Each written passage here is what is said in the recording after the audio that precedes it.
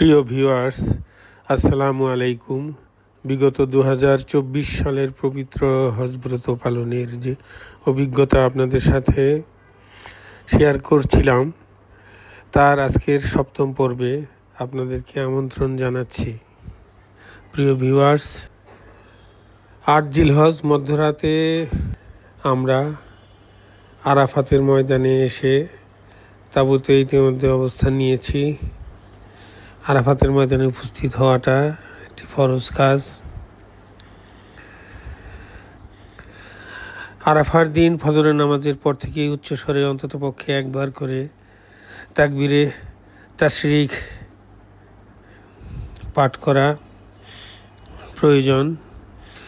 তাকবীরে তাশরিক অর্থাৎ আল্লাহু আকবার, আল্লাহু আকবার, লা ইলাহা ইল্লাল্লাহু আল্লাহু আকবার, আল্লাহু আকবার, ওয়ালিল্লাহিল হামদ। এটি আগামী 13ই জিলহজ আসর পর্যন্ত আমরা যে অবস্থায় থাকি না কেন প্রতিটি ফরজ নামাজের পরে পাঠ করতে হবে। এছাড়া সূর্যোদয়ের পর তালবিয়া পাঠ করতে হবে। প্রিয় ভিউয়ার্স, আপনারা জানেন মিনার থেকে আরাফার দূরত্ব কম বেশি 13 থেকে 14 কিলোমিটার। তাই যথাসময়ে যাতে উপস্থিত হতে হয় সেভাবেই পরিকল্পনা করতে হয়। আরাফার ময়দানে অবস্থানের মোটামুটি ফরজ সময় হলো সূর্য পশ্চিম দিকে হেলে যাওয়ার পর থেকে সূর্যাস্ত পর্যন্ত। জোহরের নামাজের সময় জোহর নামাজ আদায় করে নিয়েছি। আসর ওয়াক্ত হলে আজান ও একামতের সাথে তাঁবুতে আসরের নামাজ আদায় করা হয়েছে। সূর্যাস্তের পূর্বে আরাফার ময়দানের সীমানা ত্যাগ করা যাবে না। এখানে অবস্থান করা, সূর্যাস্ত পর্যন্ত অবস্থান করা ওয়াজিব, আর আরাফার ময়দানে উপস্থিত হওয়া এটা হলো ফরজ কাজ। আপনারা জানেন এই আরাফার ময়দানে রয়েছে জাবলে রহমত নামে একটি পাহাড়। এখানে হযরত মুহাম্মদ সাল্লাল্লাহু আলাইহি সাল্লাম তার বিদায়ী হজের ঐতিহাসিক ভাষণ দিয়েছিলেন, যে ভাষণটি মুসলিম মিল্লাতের জন্য মুক্তির পথ। এবং এই জাবলে রহমত এমনই একটি ঐতিহাসিক স্থান যেখানে 350 বছর পর হযরত আদম আলাইহিস সালামের সাথে বিবি হাওয়ার সাক্ষাৎ হয়েছিল। আরাফার ময়দানে আরেকটি উল্লেখযোগ্য স্থাপনা হলো মসজিদে নামিরা। এটা একটি বিশাল মসজিদ, এখানে হজের দিন দীর্ঘ খুতবা হয়ে থাকে।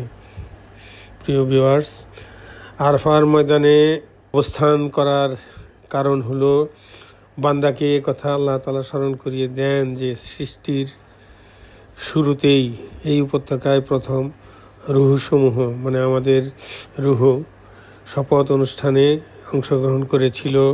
সেদিন আল্লাহ তাআলা কিয়ামত পর্যন্ত সমস্ত আগত আদমকে জিজ্ঞেস করেছিলেন, আমি কি তোমাদের প্রভু নই? সেদিন কিন্তু আমরা সবাই বলেছিলাম হ্যাঁ। সেদিন সেই তাওহীদের স্বীকৃতি ও বিশ্ব মানব সম্মেলনের কথা স্মরণ করিয়ে দেওয়ার জন্য আরাফার ময়দানে অবস্থান করাকে হজের প্রধান অনুষ্ঠান হিসাবে নির্ধারণ করা হয়েছে। বিশ্বের সকল প্রান্ত থেকে মুমিন মুসলমান একত্রিত হয়ে এখানে আল্লাহর ইবাদত করেন। প্রিয় ভিউয়ার্স, আমরা জোহরের নামাজের পরপর একটি বিশেষ ইবাদতে নিমগ্ন হয়েছি। সেটি হলো ইস্তেগফার পাঠ করেছি 11 বার, দুরূদ শরীফ 100 বার, সূরা ইখলাস 100 বার, কালেমায়ে তাওহীদ 100 বার, কালেমায়ে তামজিদ 100 বার। এত সঙ্গে আয়াতুল কুরসি সহ কোরআন শরীফের বিভিন্ন স্থান থেকে তেলাওয়াত করেছি। সূর্যাস্ত পর্যন্ত আরাফার ময়দানে মর্যাদাপূর্ণ এই যে হাজী সাহেবগণ যে সমবেত হয়েছেন, তারা বিভিন্ন পর্যায়ে জিকির আজগার দোয়া দুরুদ সহ বিনম্র হৃদয়ে আল্লাহ তাআলার নিকট আহাজারি করতে থাকবেন এবং আল্লাহ তাআলার কাছে প্রার্থনা করতে থাকবেন তার নিজের মুক্তির জন্যে, তার আত্মীয় স্বজনের মুক্তির জন্যে, মুসলিম উম্মার জন্যে। আল্লাহ তাআলা আমাদেরকে ক্ষমা করুন। সন্ধ্যায় মুজদালিফায় যাওয়ার প্রস্তুতি। সন্ধ্যার একটু পর পর মাগরিব ও ইশার নামাজ একত্রে মুজদালিফার মাঠে আদায় করব। এই হলো আমাদের নিয়ত। মাগরিব ও ইশার নামাজ মুজদালিফার মাঠে আদায় করা ওয়াজিব। তাই আমরা সূর্যাস্তের পরপরই সম্মিলিতভাবে সুশৃঙ্খলভাবে আমাদের দলনেতার নির্দেশ অনুযায়ী অদূরেই অপেক্ষমান বাসে গেলাম। বাসে আমরা মুজদালিফার উদ্দেশ্যে সূর্যাস্তের পর রওনা দিলাম। সুবে সাদেকের পূর্বেই সেখানে পৌঁছা এবং অবস্থান করা ওয়াজিব। দুর্ভাগ্যজনকভাবে আমাদের বাসটি পথ হারিয়ে ফেলেছিল এবং প্রায় 2-2.5 ঘন্টা মক্কা শহরের ভেতর বিভিন্নভাবে ঘুরে অবশেষে ভোর রাতে সুবে সাদেকের পূর্বেই আমাদেরকে মুজদালিফা সংলগ্ন একটি মাঠে নামিয়ে দেয়। সেখানে মাগরিব ও ইশার নামাজ আমরা আদায় করেছি একই আজানে। আমরা প্রথমে জামাতে মাগরিবের 3 রাকাত ফরজ, ইশার 2 রাকাত কসর, তারপর এককভাবে পৃথকভাবে মাগরিবের 2 রাকাত সুন্নত, ইশার 2 রাকাত সুন্নত ও 3 রাকাত বেতের নামাজ আদায় করেছি। ইতিমধ্যে আমরা আশেপাশ থেকে ছোট ছোট পাথরের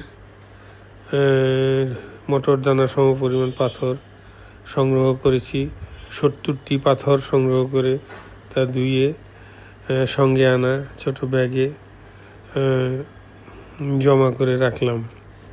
আপনারা জানেন মুজদালিফায় রাত্রি যাপন করা সুন্নত এবং সুবে সাদেকের পর কিছু সময় অবস্থান করা ওয়াজিব। এখানে আমাদের নামাজ আদায় এবং পাথর সংগ্রহের পর যে সময়টুকু ছিল সেই সময়টুকু আমরা সেই উন্মুক্ত ময়দানে মাটিতে শুয়ে বিশ্রাম গ্রহণ করলাম। প্রিয় ভিউয়ার্স, সুবে সাদেকের পূর্ব পর্যন্ত বিশ্রাম নেওয়ার মাধ্যমে আমাদের 9 জিলহজ তারিখের কার্যক্রম শেষ।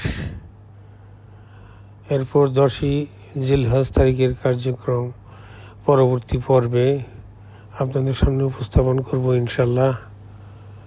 আপনাদের সবাইকে ধন্যবাদ জানিয়ে আজকে এখানেই শেষ করলাম।